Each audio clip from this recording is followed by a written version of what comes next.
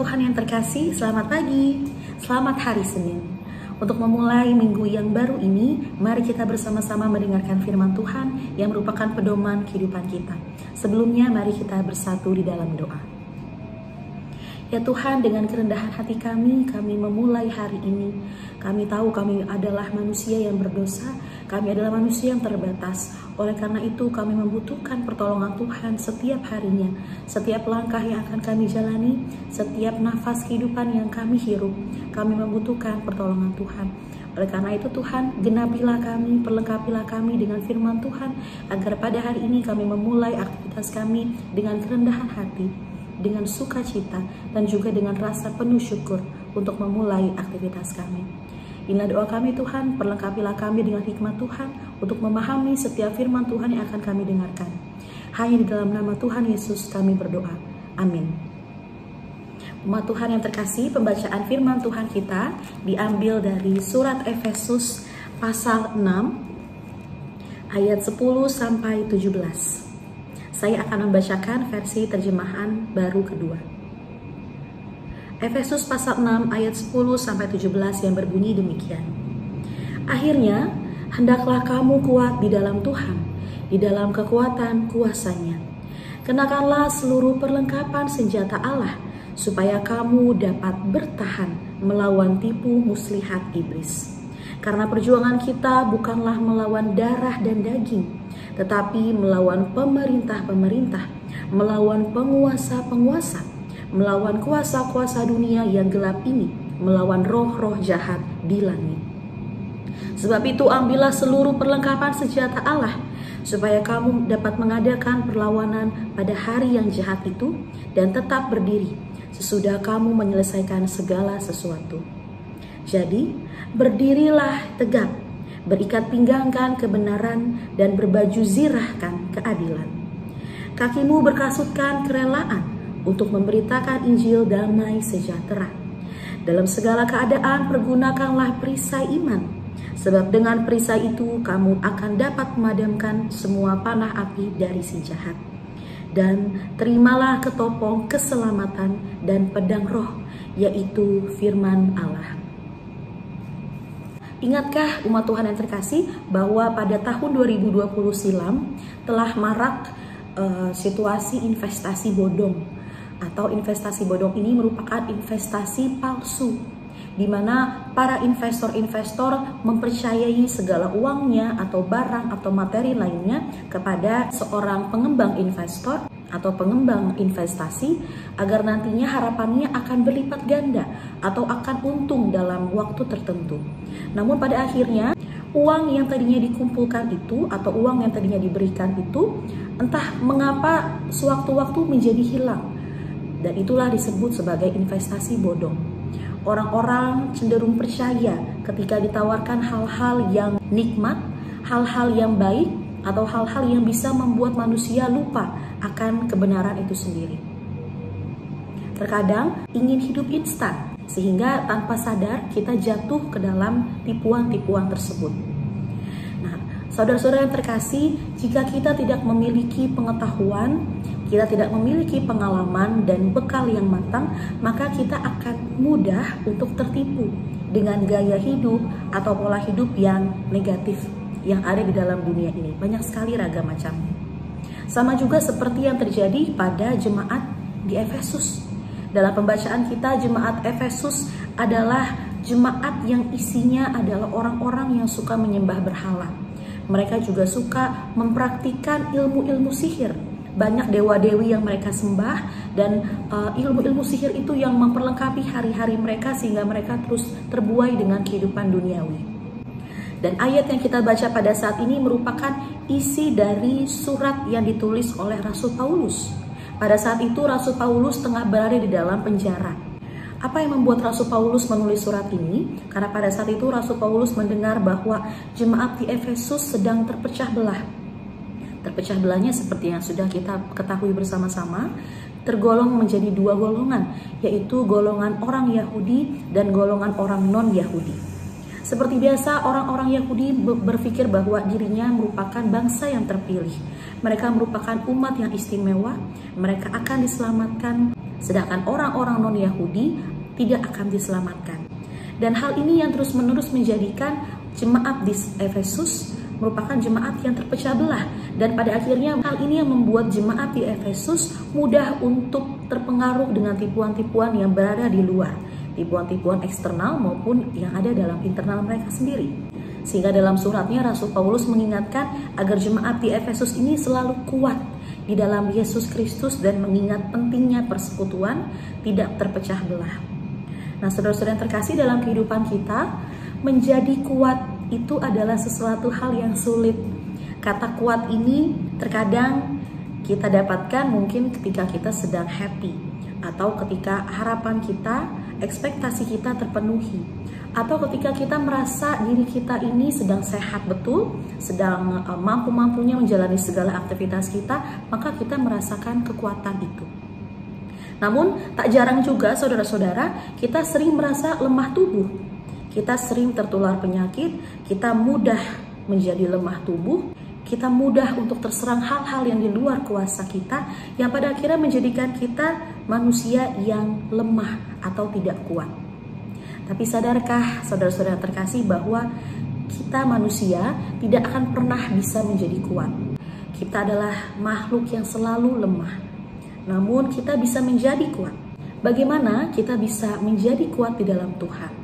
Uniknya saudara-saudara terkasih, di dalam pembacaan kita pada ayat 14 sampai 17, di situ dirincikan bahwa ada langkah-langkah yang membuat kita tetap kuat di dalam Tuhan. Langkah-langkah ini kita sebut atau kita rangkum kepada perlengkapan rohani. Di sini saya coba merangkum ada 6 perlengkapan rohani yang bisa membuat kita kuat terus di dalam Tuhan. Yang pertama ada dalam ayat 14. Yaitu perlengkapan ikat pinggang. Nah, saudara-saudara yang terkasih, ikat pinggang ini berlambangkan kebenaran. Jadi ketika kita menyambungkan ikat pinggang kepada pinggang kita, maka itu sama saja kita mengikatkan tali kejujuran atau tali kebenaran yang selalu harus kita junjung. Artinya dalam setiap pola pikir, dalam setiap ucapan yang kita lakukan dan segala tindakan yang kita lakukan, kita mengutamakan yang namanya kejujuran. Yang kedua, ada dalam ayat 14, masih dalam ayat 14, yaitu baju zirah.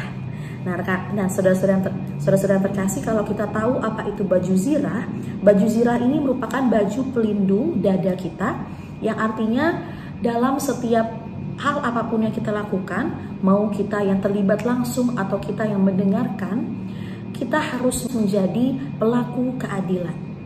Kita harus berlaku adil dalam segala situasi. Jika kita melihat ada ketidakadilan, maka di situ kita harus memakai baju zirah kita agar kita mengutamakan, agar kita mengedepankan keadilan. Yang ketiga ada dalam ayat 15. Ketika kita membaca dalam ayat 15, ada perlengkapan kasut kaki. Seperti yang kita tahu, kasut kaki itu dipakai ketika kita melangkah. Bahwa artinya kemanapun kita melangkah, kita membawa damai sejahtera. Damai sejahtera ini bukan hanya dari tindakan kita, tapi juga dari cara kita berekspresi, dari cara kita menyampaikan segala salam kita, dari cara kita menegur orang, atau dari cara kita merangkul orang. Dan dari banyak hal kita bisa membawa damai sejahtera dalam setiap langkah kita. Perlengkapan yang keempat yaitu perisai, ada dalam ayat 16. Perisai di sini adalah pelindung, saudara-saudara. Pelindung ini yang akhirnya menangkis panah dari lawan kita. Ketika lawan kita akan menembak kita dengan panah, maka dengan gagap kita menangkis panah tersebut dengan perisai. Artinya kita tidak akan mudah untuk ditembakkan hal-hal yang tidak benar. Lalu perlengkapan yang kelima adalah ketopong atau pelindung kepala.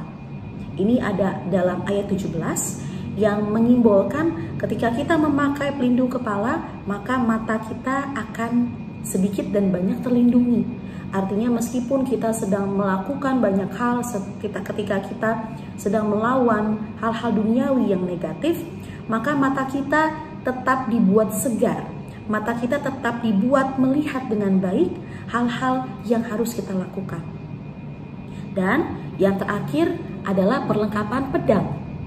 Pedang di sini merupakan alat instrumen atau senjata yang paling terakhir, atau mungkin bisa jadi satu-satunya alat yang menjadi fondasi kehidupan kita. Dalam ayat 17 dikatakan, dan terimalah ketopong keselamatan dan pedang roh, yaitu firman Allah. Jadi saudara-saudara yang terkasih, ketika kita sudah lengkap dari atas sampai bawah, kita menggunakan baju zirah, kita menggunakan ikat pinggang, kasut kaki, perisai, dan pelindung kepala. Namun pada akhirnya, apa yang membuat kita tetap kuat adalah firman Tuhan itu sendiri. Fondasi, landasan, atau hal yang paling utama adalah ketika kita berdoa, kita meminta hikmat daripada Tuhan agar segala perlengkapan yang kita pakai itu tidak menjadi sia-sia. Maka saudara-saudara yang terkasih, dalam setiap kehidupan kita, marilah kita senantiasa mengingat bahwa iblis itu hanya seolah-olah berkuasa. Namun sebenarnya kuasa yang sejati dan kuasa yang paling besar adalah Allah kita sendiri. Maka dalam kehidupan kita, mari kita mengumpulkan perlengkapan-perlengkapan rohani. Mari kita mengumpulkan senjata rohani kita agar kita tetap dapat berdiri tegap dan kuat, berlaku benar dan adil di tengah dunia yang fana ini. Tuhan memampukan kita. Amin. Mari kita berdoa. Ya Tuhan Allah Bapa kami, ketika kami mendengarkan firman Tuhan, kami sudah mengetahui apa yang akan kami lakukan. Namun terkadang kami lupa, namun terkadang kami terlalu banyak berpikir, sehingga kami lalai untuk melakukan firman Tuhan.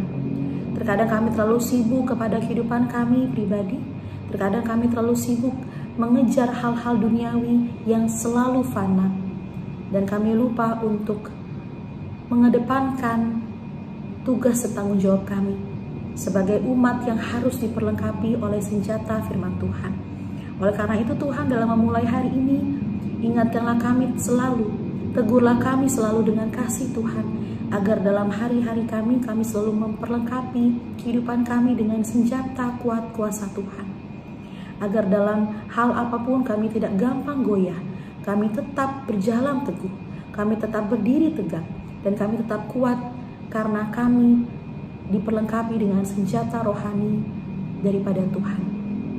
Untuk memulai hari ini, kami yang lemah dan terbatas ini pun meminta bimbingan Tuhan, agar dalam setiap kegiatan kami selalu dikuatkan oleh kesehatan daripada Tuhan, kemampuan untuk berpikir jernih, kemampuan untuk berkata-kata yang baik, kemampuan untuk melangkah membawa damai sejahtera bagi sekeliling kami. Oleh karena itu, pakailah kami selalu Tuhan untuk menjadi senjata kuat kuasa Tuhan, agar dalam keseharian kami, hidup kami tidak menjadi sia-sia, melainkan mendatangkan kebaikan dan memuliakan nama Tuhan. Bagi kami yang sedang mengalami kelemahan tubuh pun, kami serahkan kepada Tuhan, agar setiap kami yang sedang lemah boleh tetap merasakan kekuatan dan penghiburan daripada Tuhan. Dan ketika kami pun memiliki banyak sekali harapan, memiliki banyak sekali pergumulan, kami tahu bahwa kami tidak berjalan sendiri. Ada Tuhan yang selalu menguatkan kami, menghibur kami dengan perlengkapan yang kami miliki. Ampunilah kami Tuhan akan segala dosa pelanggaran yang telah kami lakukan. Kami adalah umat Tuhan yang selalu mengaku dosa, selalu ingin memperbaharui diri kami untuk menjadi manusia yang baru. Namun kami seringkali lupa, dan pada akhirnya melakukan kesalahan yang sama. Oleh karena itu Tuhan, ampunilah kami agar kami dapat selalu memberitakan damai sejahtera kepada orang-orang di sekeliling kami. Inilah doa kami Tuhan, hanya di dalam nama Tuhan Yesus yang adalah juru selamat kami yang hidup, kami telah berdoa. Amin. Selamat beraktivitas umat Tuhan yang terkasih. Selamat pagi, Tuhan Yesus memberkati.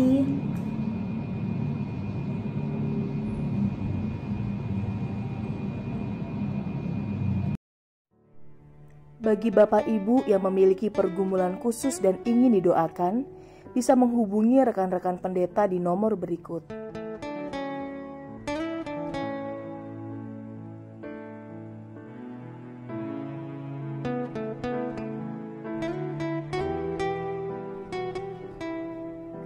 Tuhan Yesus memberkati.